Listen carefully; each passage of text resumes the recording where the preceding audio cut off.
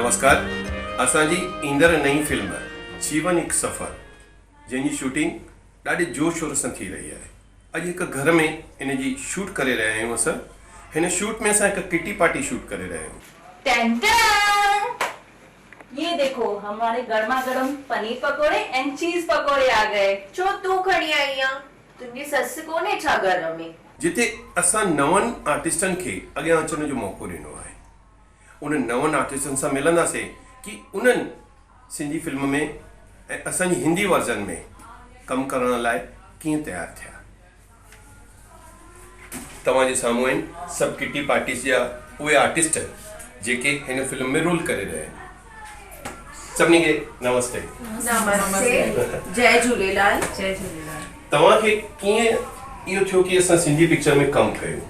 असां जाम पिक्चरूं सिंधी पिक्चर्स ॾिठियूं आहिनि, त असांजी बि इच्छा हुई कि असां बि समाज जे लाइ कुझु पार्ट कयूं। असां सिंधी पिक्चर में असांखे बि पार्ट ॾिनो वञे। असांजे फ्रेंड्स सां कॉन्टेक्ट कंदे कंदे असांखे चंद्रू सर जे थ्रू हिकु पार्ट नंढो सो मिलियो आहे। असां जाम ख़ुशि आहियूं ऐं असांखे बि मतिलबु हिकु चांस ॾिनो वियो आहे। बसि पंहिंजे रोल सां तव्हां जस्टिफाई करे सघंदा आहियो जेको तव्हांखे रोल ॾिनो वियो आहे? यस। मुंहिंजो हस्बैंड त कुझु ॾींहंनि लाइ ॿाहिरि वियो हुयो। मां त पंहिंजी सस खे हरिद्वार मोकिले छॾियो ट्रेन में विहारे। अगरि सम्झो हिन खां पोइ बि असांजी जेका नई प्रोडक्शन में ॿी पिक्चरूं ठहंदियूं? बिल्कुलु, असां ऑलवेज रेडी आहियूं सिंधी समाज जे सिंधी पिक्चरुनि खे। हमेशह असां हिकु मैसेज जे थ्रू ठहंदियूं आहिनि, त असांखे समाज खे हिकु मैसेज ॾियणो आहे, मॉरलिंग आहिनि, त सभु अची ॾिसो।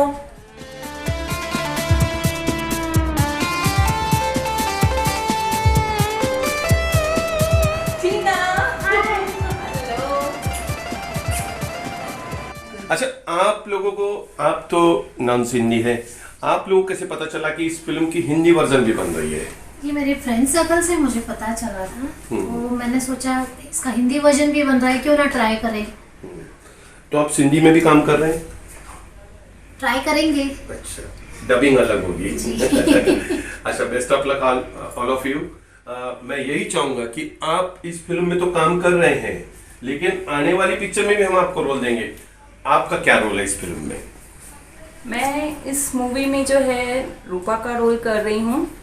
रूपा को ऐसे दिखाया है इस मूवी में कि वो काफ़ी इंडिपेंडेंट एंड काफ़ी फ्री माइंडेड गर्ल है, जिसके लिए रिस्ट्रिक्शंस नहीं है। लाइफ ओनली इंजॉयमेंट है, फिर वो किसी भी तरीके का होने दो। तो ये काफ़ी अच्छा रोल है देखने के लिए, और ये जो है सोसाइटी को एक बहुत ही अच्छा जो है एक मैसेज भी जा रहा है।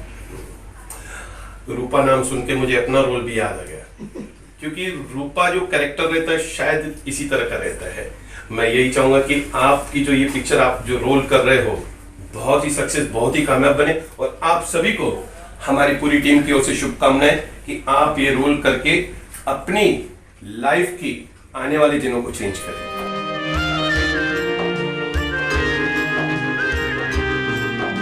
जीवन एक सफ़र जा ॿिया बि आर्टिस्ट आहिनि जेके हिते वेठा आहिनि। अचो उन्हनि जी मुलाक़ात तव्हां सां करायूं था। हिन फिल्म में ख़ासि रोल निभाए रहिया आहिनि इहे। अचो उन्हनि सां था मिलूं। जय झूलेलाल। मूंखे बेहद ख़ुशी आहे कि असांजे चंदर सर मूंखे हिन फिल्म में बि चांस ॾिनो आहे। पहिरों बि मां चंदर सर सां 3 सिंधी फिल्मूं करे चुकियो आहियां। हिन में बि हिकु जेकी समाज खे प्रेरित थी करे कि असांखे पंहिंजे मदर सां फादर सां कीअं ॻाल्हाइणु खपे, जीअं असांखे ज़िंदगी ॾिनी आहे असां उन्हनि खे पंहिंजो कुझु वक़्तु ॾियूं। मम्मी, तव्हांजी तबियत ठीकु न आहे, तव्हां आराम करो। पुट 5-10 मिंट ई त लॻंदा खाधो ठाहिण में, तूं वेही वञ।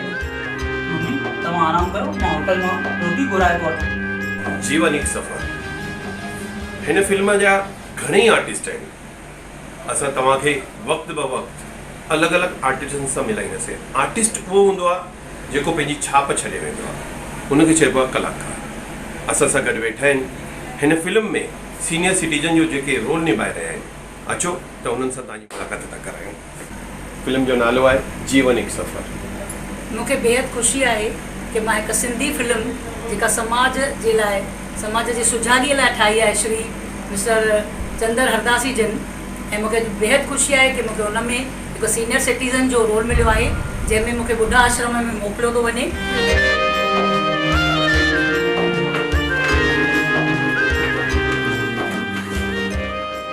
ॿुध, अॼु खां हिते ई तोखे रहणो अथई, सम्झे?